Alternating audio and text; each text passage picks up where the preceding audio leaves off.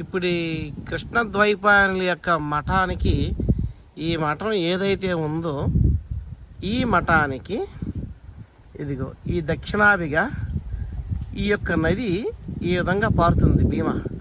అక్కడ అటు వెళ్ళి ఆ కృష్ణ దీని అవతల వస్తుంది, కొంచెం ముందుకెళ్ళి కనబడుతుంది. రెండు కలిస్తే సంఘం, 2 కిలోమీటర్ల దూరంలో సంఘం అంటే ఆల్మోస్ట్ వాళ్ళు కృష్ణా నది దగ్గరికి వచ్చేసింది. ఇక్కడ ఈ పంట పొలాలు.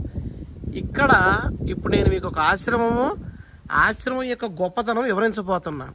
ఎన్ని రకాల వ్యాధులు నయం అవుతాయో ఏమిటో ఇప్పుడు నేను వివరిస్తాను. ఈరోజు ఒక అద్భుతం చూపించబోతున్నాను మీ అందరికీ కూడా.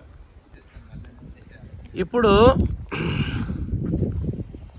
ఇది భీమా నది. ఈ భీమా నదికి ఒక 400 మీటర్లు అనుకోవాలి దీన్ని, అంతమించి అవసరం లేదు. అంత ఉంటుంది కదా, చాలు కదా, అంత కూడా అవసరం లేదు. 200 మీటర్ల దూరంలో ఇప్పుడు మనకి ఈ నదిని ఆనుకుని ఫస్ట్ కృష్ణ ద్వైపాయింది. అది ఇప్పుడు మనం వెళ్ళేది పతంజలి యోగా ఆశ్రమం. ఆ ఆశ్రమాన్ని నిర్వహించేది ఎవరో కూడా కాదు, మన తెలుగువారే. మౌనేశ్వరి మాతాజీ అని ఆవిడ కృష్ణా జిల్లా మొవ్వ గ్రామం నుంచి వచ్చి ఎప్పుడో ఇక్కడ ఇదయ్యారు. అయితే వీళ్ళ గురువులు ఒక ఆయన ఉన్నారు, వారు ఎప్పుడో 420 సంవత్సరాల క్రితం జీవ సమాధి అయిపోయారు. బతికొండంగానే జీవ సమాధి అయ్యారు ఆయన. ఇక్కడ ఎన్నో రకాల వ్యాధులు నయం చేస్తారు. అద్భుతం. ఎలాగంటే కషాయాలు దాంతోనే.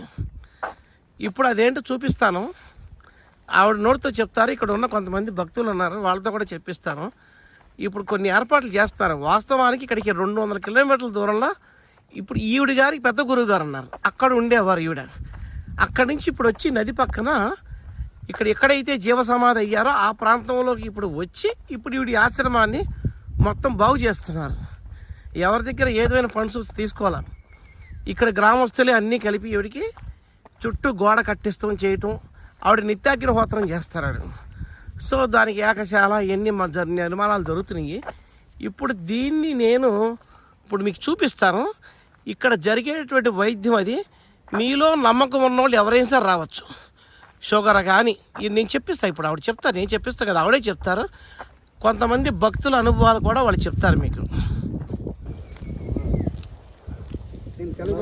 ఇది ఇక్కడికి రావడానికి రోడ్డు హైదరాబాద్ నుంచి 3 గంటల ప్రయాణం పడుతుంది మనకి.